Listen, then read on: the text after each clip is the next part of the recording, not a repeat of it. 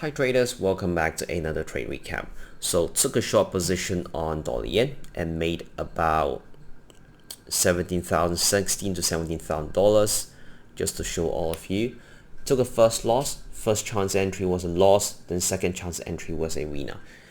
So if you all have not watched the previous video, I actually took some ugly losses on gold on Tuesday, mainly caused by the slippage post-news release.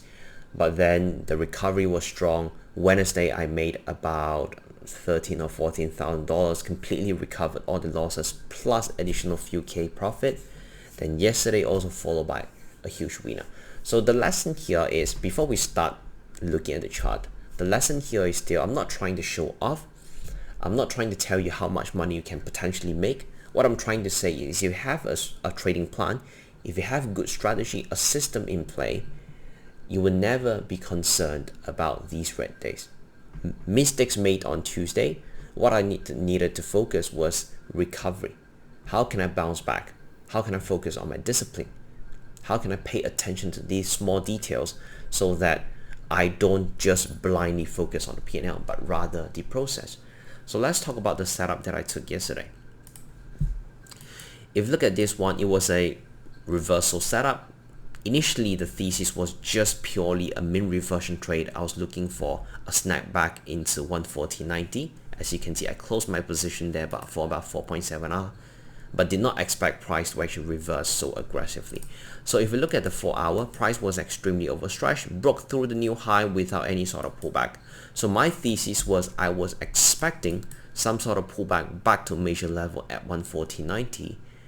Then if price decides to continue running higher, or if it decides to continue breaking down, it doesn't matter. All right, that's another day, because I'm not focusing on grabbing the entire move. What I focus on is the mean reversion setup.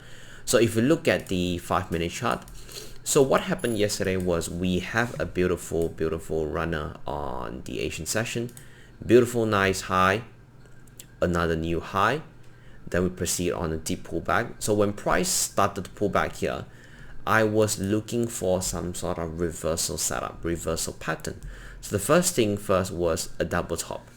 As price continues to push higher, it actually formed this wedge pattern.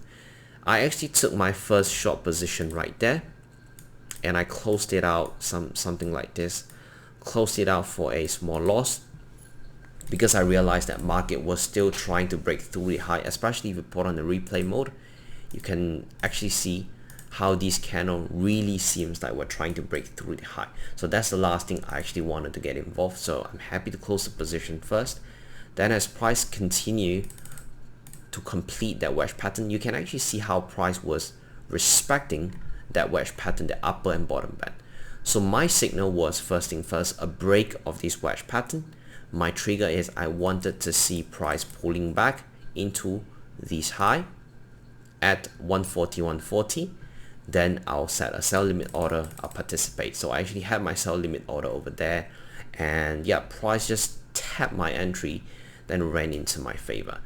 So in terms of perfection, the execution here wasn't perfect, and as you can see, I did not close my position on this wave down, and I suffered this entire pullback, because I was originally aiming for a slightly bigger target, was around 140.80.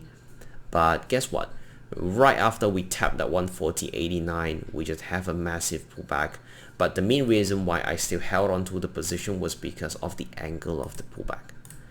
It was very weak. So it's sort of like the similar pattern here. We have a rising wedge, we have a nice pullback pattern here, and my final defense line was coincidentally also 141.26. So when I see price pull back into 141.26, I actually added size onto it, 46 lots on top, 20 lots at the bottom, then run all the way down.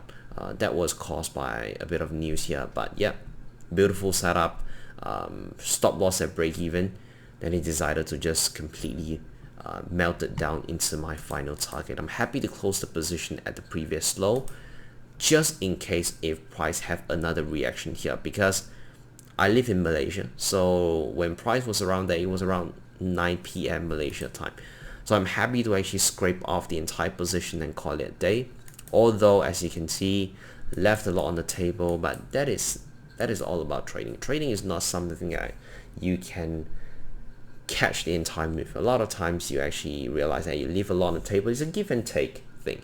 Sometimes you close it out early just to realize that price run very aggressively into your intended direction. Sometimes you close it out early just to realize that, hey, if I didn't close, my price would reverse into my stop loss. So give and take.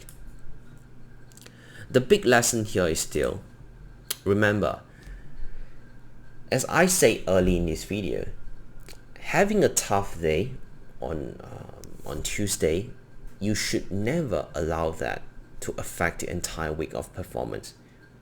That's the common mistakes that most traders do, is every time when they have experienced a losing trade, an ugly red day, or if they made some sort of stupid mistake, they will be overly negative and they will have a lot of negative self-talks, and that negative self-talks would eventually lead to your entire week of performance just go downhill. And that was what I was trying to focus. And it's a good example here. Every time when I made mistakes, I simply do the same routine. Write my journal, do my self-reflection, do my meditation. I come back the next day, follow the same routine, hunting high quality setup. That's it. Mistakes made, reflect, learn, and you move on. Don't dwell into the mistakes, because the more you focus on the mistakes, guess what? You will bound to make more mistakes. Alright? So hope these also provide all of you a good lesson to actually focus on discipline, focus on finding high quality setups, focus on sticking to your plan. That's it. If you like the video, please don't forget to like, share, and subscribe. And yeah, I hope all of you learned something new, and I'll talk to you later.